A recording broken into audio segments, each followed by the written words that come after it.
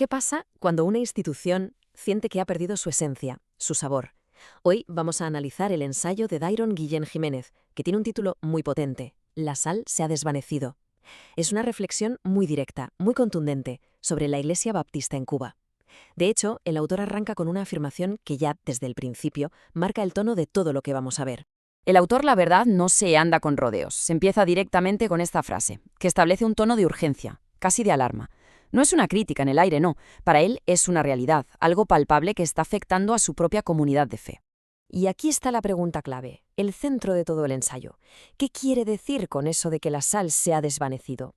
Evidentemente, no hablamos de la sal de mesa. Es una metáfora bíblica muy conocida sobre perder la identidad, la capacidad de influir, de preservar los valores. Y según Guillén Jiménez, esto es exactamente lo que le ha ocurrido a la tradición baptista cubana.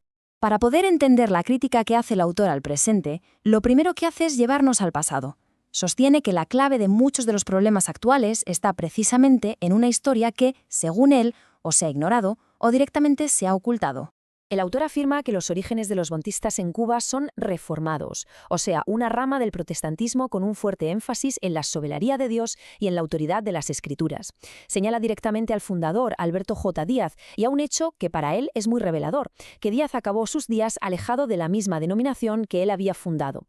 Para el autor, este desconocimiento del pasado ha dejado a la Iglesia, por así decirlo, sin sus cimientos originales. Vamos a seguir, porque ahora el autor pasa a describir cómo era esa iglesia del pasado.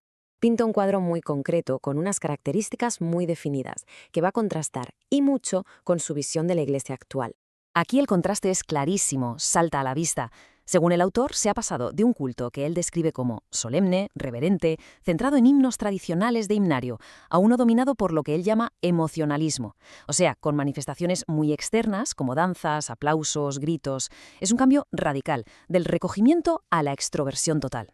Y ojo, porque el liderazgo pastoral también es un punto clave de su argumento. Él describe a los pastores de antes como siervos, personas muy preparadas espiritualmente y, sobre todo, desinteresadas de lo material. En cambio, su crítica al modelo actual es que está, en su opinión, más enfocado en la burocracia, en reuniones, en negocios, en viajes, perdiéndose contacto directo y personal con la comunidad. Bien, con todo este trasfondo que hemos visto, el autor aterriza ya en su crítica más directa a la Iglesia actual. Argumenta que todos estos cambios que acabamos de repasar han tenido unas consecuencias muy concretas y, a su juicio, bastante negativas. En el centro de toda esta transformación que describe está lo que él llama un plan de renovación.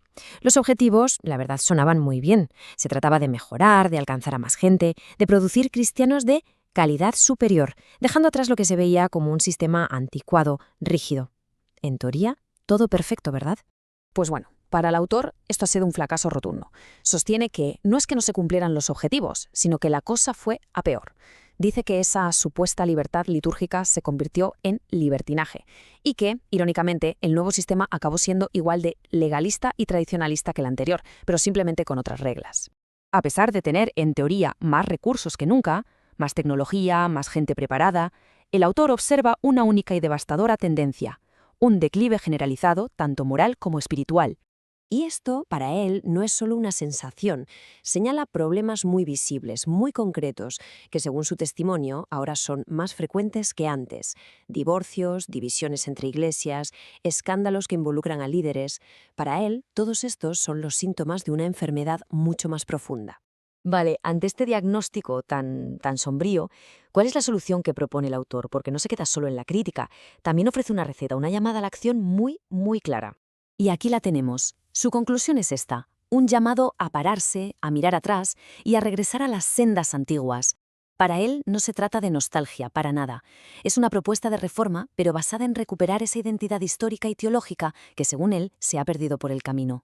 Y ahora, para darle una perspectiva más amplia a todo este análisis, el autor conecta su preocupación con un debate histórico mucho más antiguo, un debate que se ha dado dentro de la propia tradición protestante. O sea que esto no es algo nuevo de ahora.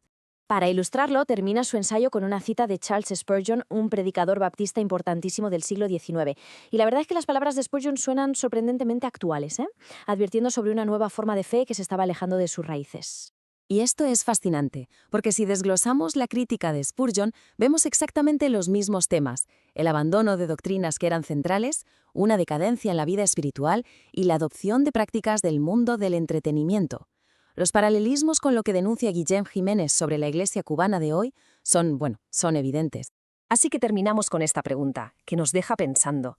¿Esto que describe Dairon Guillén Jiménez en Cuba es un caso aislado, algo específico de allí? ¿O es más bien el reflejo de una tensión constante que se repite una y otra vez a lo largo de la historia? Esa lucha entre la tradición y la modernidad, entre mantener la esencia y adaptarse a los nuevos tiempos. Parece que es un ciclo que nunca termina. Hay que dar la reflexión.